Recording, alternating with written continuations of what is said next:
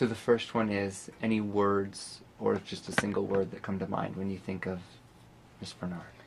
Actually, there are quite a few words that come to mind. Professional. Particular. Perfectionist. Perfection. Uncompromising perfection. Talented. Lovable. Passionate. Quirky. Motherly. A lady. Classy.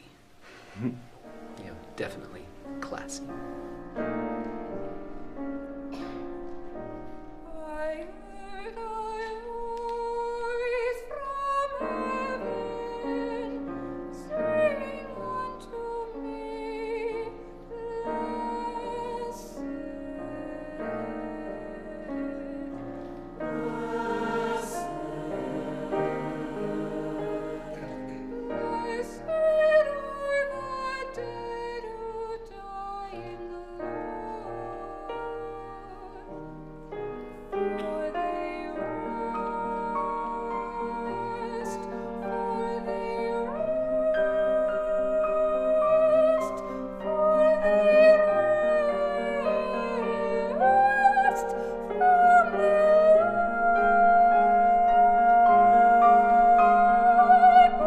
You know, I didn't know that I wanted to sing until I got to college. It was just, but I do remember when I was a little girl, I went into a recording studio and sang "How Much Is That Doggy in the Window" to give to my daddy as a birthday present. How much is that doggy in the window? The one with the waggly tail. How much is that doggy in the window? I do hope that dog is for sale.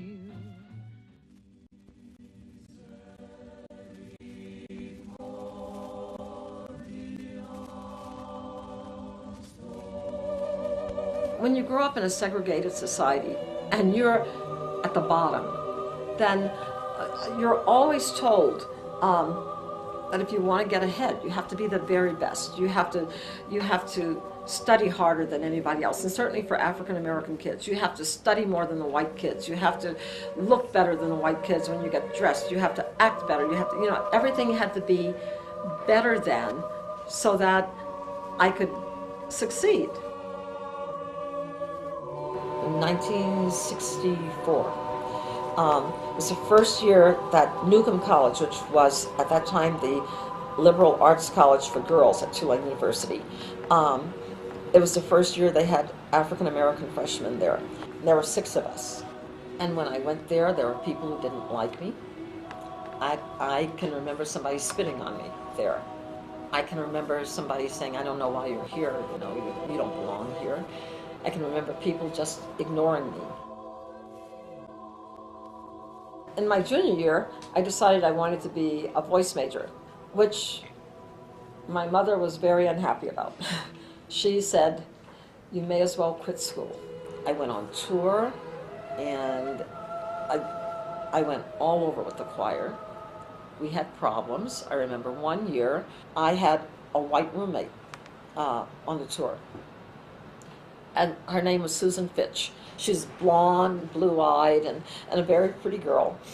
And we stayed with families when we went on tour.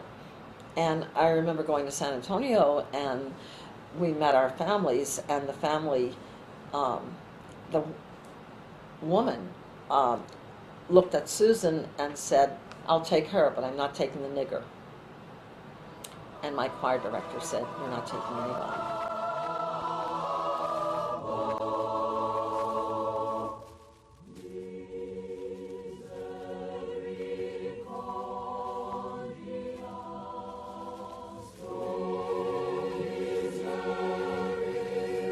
I joined that choir and found a home at the university in that choir because, and that's the great thing about the arts, it doesn't matter who you are or what you are. People accept you because of your talent, and I felt accepted there. So no matter what was going on outside in my other classes or in the student center or whatever, I could go to Dixon Hall, where the choir had rehearsal, every afternoon at 5 o'clock and find a place.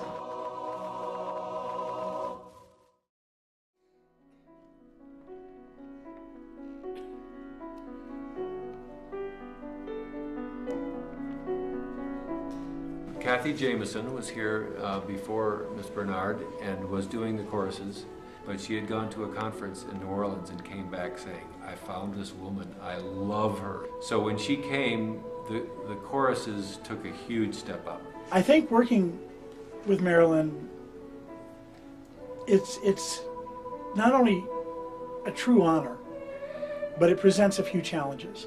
I don't think I've ever been someone who just relaxes and just says, okay, that was okay. She knows what she wants, and she will work her hardest to get it as perfect as possible. And she's a perfectionist, so we will sing the same measure over and over and over again until it is absolutely perfect and as good as it can ever be. It just sounds to me a little,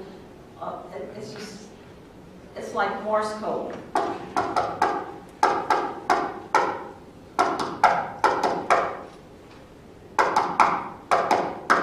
See what I'm saying? She is very firm, she's very tough in what she's expecting of kids, but I think because of that, they reach for that goal, and I think they're awfully proud when they get there. She expects a lot, but sometimes, you need that extra push to go a little bit farther than you think you could. There's a perfect, and you can always be better, no matter how perfect you think you are. And I think she really does, and everything she does, embodies that. Even though she may be demanding, she's demanding of excellence as opposed to demanding of impossibility. I think that Miss Bernard really taught me how to love music, and she was like the first big push in my life that made music matter to me, so I think she will always have affected my life because it's my passion now. I do see her as a role model and someone who's really changed and shaped my life and my experience in high school. She has given her life to this school. She's here about, 22 hours a day, it feels like sometimes. I used to say I wouldn't retire until I was 70. And now I'm 67, so I'm 3 years from that. We're losing not just a department chair, but a chorus teacher, a wonderful chorus teacher. And she just has such a presence. And that will be different, and it's going to be very difficult to fill her shoes. Those are large shoes to fill. So very busy shoes. Change is good, even when it means losing somebody like Miss Bernard. If I've made a difference in somebody's life, then I feel like I've been successful. So my mom, who thought I'd never get a job, I'm always thinking, see, I've done all right, it's been okay.